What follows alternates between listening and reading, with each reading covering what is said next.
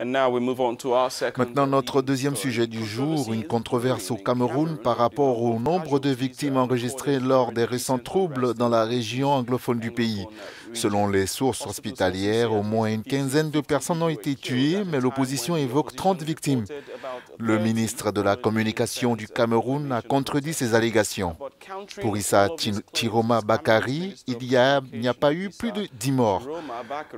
Les séparatistes anglophones ont essayé de proclamer symboliquement l'indépendance dimanche, conduisant à des affrontements dans deux régions anglophones du pays.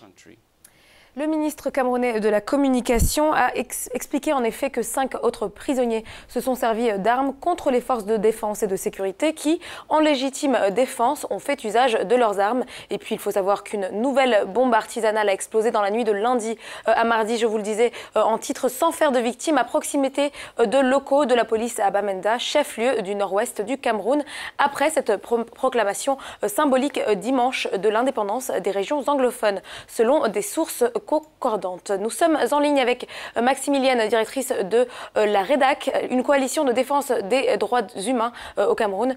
Madame Maximilienne, bonjour. Alors, pouvez-vous nous décrire un peu plus l'atmosphère dans les régions anglophones à l'heure qu'il est? Qu'en est-il d'Internet et de la disponibilité d'Internet, justement?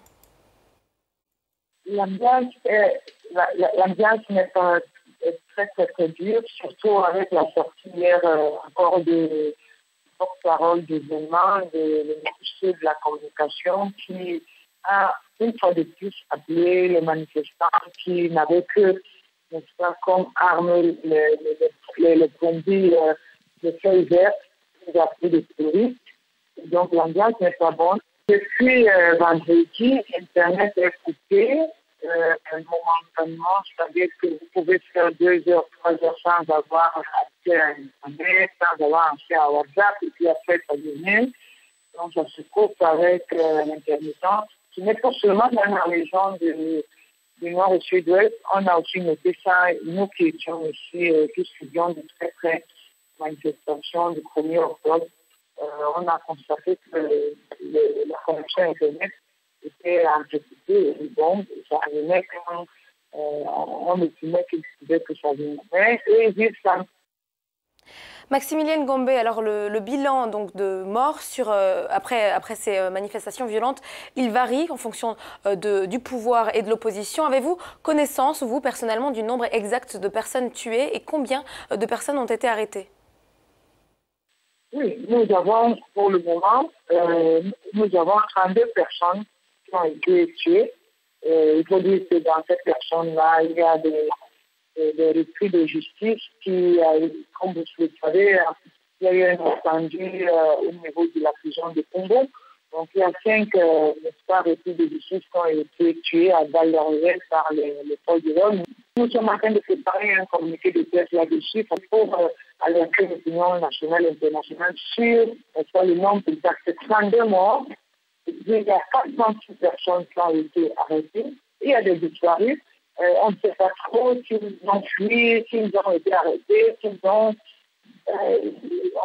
on ne sait pas trop. Madame Gombe, le président Paul Biya a condamné dimanche les violences et appelé au dialogue. Mais pensez-vous que le gouvernement veuille vraiment dialoguer avec ces séparatistes anglophones? Jusqu'à présent, tout le monde parle de dialogue. On ne sait pas trop de dialogue, est-ce qu'on est dedans, avec qui et comment. Nous pensons qu'il faut un dialogue ainsi. Il ne se limite pas, à nos revendications anglophones, qui sont d'ailleurs justes et légitimes, mais un dialogue national, n'est-ce pas, qui peut être facilité par des activistes et des personnalités indépendantes. On a vu des présidents, des anciens présidents de l'Union africaine qui sont des personnalités assez démocratiques qui peuvent aussi venir, n'est-ce pas, faciliter ce dialogue-là. On peut aussi voir les Nations Unies, puis la société civile, n'est-ce pas, pour vivre ensemble pour former de l'État qui convient à tout le monde et, n'est-ce pas, pour la présidence. Mais ce dialogue ne peut être mis en place que si on libère tous ceux qui ont été arrêtés.